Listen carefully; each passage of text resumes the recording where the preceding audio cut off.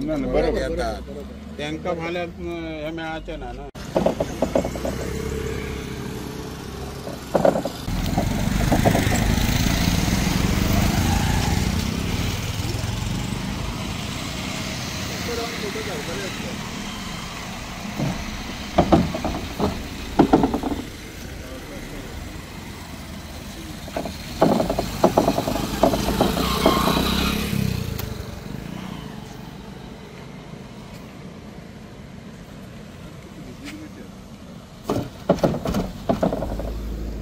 करूक जाय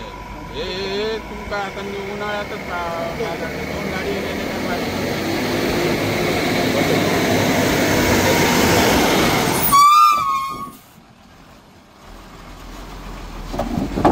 पुलाचे काम जे त्यांच्यानी कॉन्क्रीट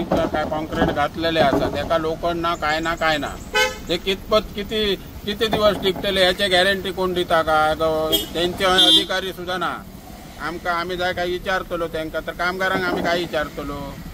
कोणाक तरी डोळ्याक पाणी लावचे काम असं आहे आणि काही एक नाही असं याच्यात हे या 8 दिवसात हे परत तडे जातले आणि परत होते तसे लोखंडी दिसतले ते प्लेटी दिसतले हे लोकांका परत आमका उद्योग करतले काहीतरी आणि लोकांचे हाल करतले उद्या फाल्या कोताळ्याल्या लोकांका त्रास असा आहे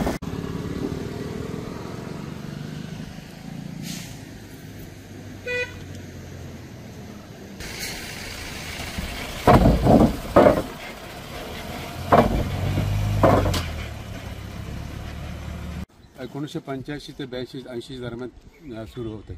काम केलेलं आणि पूर्ण लोकांनी आमच्या मला वाटतं 17 गावच्या लोकांनी मला वाटतं 7 ते 6 एकर जमीन त्यावेळच्या रेटने 100-150 रुपये गुंठ्याच्या रेटने शासनाला दिले की कुठेतरी गोवा आणि आपलं जे संबंध आहेत पूर्वीपासूनचे कुठेतरी ते दूर होते ते जॉईन होण्यासाठी आणि बऱ्यापैकी लोकांनी ते सहकार्य केलेलं चांगल्यापैकी काम चालू होतं इथं आणि इथं होत असताना इथं फुलाची सध्याची परिस्थिती बघितली तर पूर्णतः नादुरुस्त आहे म्हणजे आता एका वर्षानंतर येतात 6 महिन्यानंतर येतात आणि थोडीशी डागडुजी करतात जातात इथं येणारे आमच्याकडे दिवसाला मला वाटते 7 ते 8 हजार इथं पूर्ण गावामध्ये जाणारे आमचे जे रोजगार जे बेरोजगार आहेत ते कामासाठी तिकडे जातात त्यांना काम मिळतं भविष्यात इथं पोलिसचा काहीतरी अपघात झाला आणि एखादा अपघात झाला असताना कुठेतरी त्याची पूर्ण फॅमिली साहेब इथं काय म्हणतात ते डॅमेज होऊ शकते त्याच्यामुळे शासनाने दोन्ही शासनाने इथं कुठेतरी चांगले संबंध आपले आहेत गोवा आणि महाराष्ट्र किंवा सिंधुदुर्ग जिल्ह्याचे जेणेकरून ते सुद्धा सुधारण्यासाठी किंवा पुढे भविष्यात येणाऱ्या युवकांना त्रास होऊ नये म्हणून तुम्ही शासनाने इथं लक्ष घालावं आणि जे काम चाललं आहे ते कुठेतरी चांगल्या परिणाम व्हावं आता तात्पुरती डागडुजी करता हे आम्हाला मान्य नाही आहे पण ते कुठेतरी चांगल्या परिणामी कायमस्वरूपी हवं किंवा जी इच्छा गव्हर्नमेंट रोज इथे बघितलं तरी असंच असतं काय आता किती दिवस झाले त्या प्लेटचे तर दूरदर्शा प्लेट अशी उचलून तर एकतर खाली कोणतरी गेला तर काय म्हणून काय तुमची मागणी काय आहे सरकारला मागणी ते आता रोज येऊन जरा करतात त्याच्यापेक्षा काहीतरी व्यवस्थित एकदाच करायचं ना तीच मागणी आहे साधारण मला वाटतं 83-84 असेल उद्घाटन इथे झालेलं शंकरराव चव्हाण होते तेव्हा मुख्यमंत्री आणि आज हे फुल कुंपवत झालेला 2 कारण आहेत एक म्हणजे ह्याच्यावर दुरुस्तीची हे नाही म्हणजे आता आम्ही 8 महिने झाले त्यांना निवेदन दिलेलं होतं 8 महिन्यापूर्वी किंवा हे रस्ता आहे हे जे पूल आहे त्यातले ते पाटे जे आहे ते कमकुवत झालेले आहेत आणि तुम्ही तातडीने ती दुरुस्त करा तर त्याच्यावर त्यांनी एकदा बघून गेले पण परत काय निधी काय खर्च घातला नाही काल परत मी फेब्रुवारीमध्ये त्यांना निवेदन दिलं म्हणजे ग्रामपंचायतीमार्फत की तुम्ही लवकरात लवकर करा ते तरी त्याने मला तेव्हा काय सांगितलं की आम्ही वर मंजुरीला पाठवले निधी नाही आहे आपल्याकडे तेव्हा मी लवकरात लवकर करून घेतो पण आजपर्यंत काय त्याने आता हे बराचसा उठाव झाल्यानंतर मला वाटतं त्यांच्या कानापर्यंत ती बातमी पोचली असेल आणि त्यामुळे आता त्याने घेतलं पण हे सिमेंटाचं आहे हे सिमेंटाचं कितपत राहू शकेल याची खात्री आम्ही देऊ शकत नाही दुसरी गोष्ट याला कारण आहे की ह्या पुलाचं स्ट्रक्चर ऑडिट झालं पाहिजे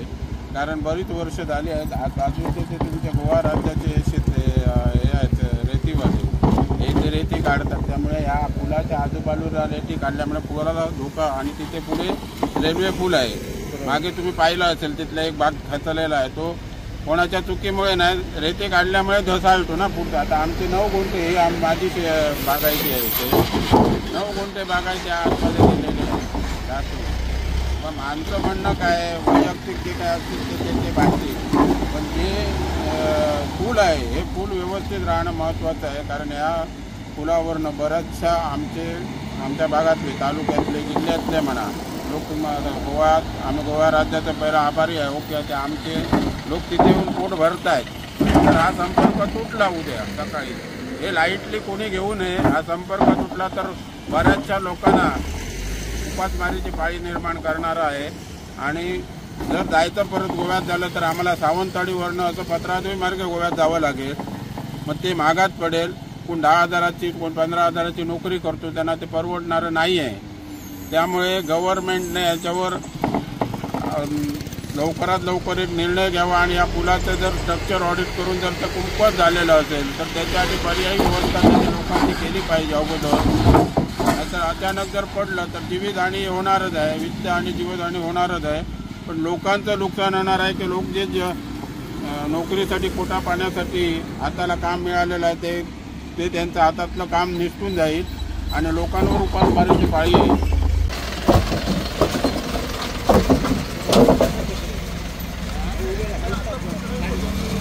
आता जातले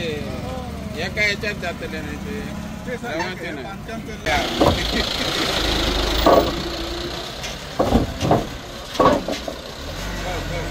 पुरो बी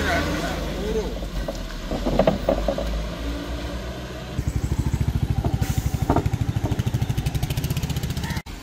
आज मी सहज इकडे सातार्डा ब्रिजवरती आलो होतो. तर सातार्डाने बघत आता इकडे पण आलो. ह्याची हालत एवढी खराब झालेली आहे ब्रिजची ना, माणूस जर उभा राहिला मध्ये तर तो कंप्लीट हालतोय. खरं म्हणजे ना, जॉईंटली आमच्या सरकारने आणि महाराष्ट्र शासनाने मिळून, दोघांनी मिळून याचं रिस्ट्रक्चरल इन्स्पेक्शन करायची गरज आहे एकदम बॅडली. तसा म्हणायला गेला हा पूल पण फार जुना आहे. कारण त्या बाजूला तर मी बघितलं तर जॉईंट आहे सुरुवातीचा तो, तर एवढ्या मोठ्या जाड लोखंडी फळ्या वापरलेल्या आहेत, त्याच्यामुळे एवढं व्हायब्रेशन होतं अनइमॅजिनेबल. आणि त्याच्यात त्यांच्यानी कॉन्क्रिटीकरण काम केलंय, तिथे लोखंडाच्या सळ्या नाही, काही नाही. सो ते काम कितपत राहील, किती दिवस राहील हा संशय आहे. पण मला एवढंच सांगायचं आमच्या गोवा गव्हर्नमेंटला पण, कारण हे जॉईंटलीच करावं लागेल. कारण मला माहिती आहे आपण एकदम दोन्ही बाउंड्रीच्या मध्ये आहे. सो याच्यामध्ये लक्ष घालून स्पेशली आमच्या गोवा सरकार, कारण आमची बरीचशी माणसं गोव्यातनं तिकडे जातात, तिकडची माणसं पण इकडे येतात कामानिमित्त काहीतरी, आणि हे एकदम सोयीस्कर एरिया असल्यामुळे कनेक्टिव्हिटी तो फारच गरज आहे. सो रिस्ट्रक्चरल हे सगळ्यात महत्त्वाचं सोल्युशन आहे. कारण एकदम मला वाटतं ते भिंत झालेली आहे ब्रिजची. सो कुठेतरी याच्यावरती लक्ष ठेवण्याची गरज आहे. आणि जसं सरकार दरवेळी इलेक्शनच्या वेळी एकत्र येतात आणि मतांसाठी एकत्र येऊन सगळं बाबा मतं मागतात, तसं मला वाटतं आता गरज आहे हे जॉईंटली करून हे रिस्ट्रक्चरचं काम करून लवकरात लवकर हे मेंटेनन्स करून काढा.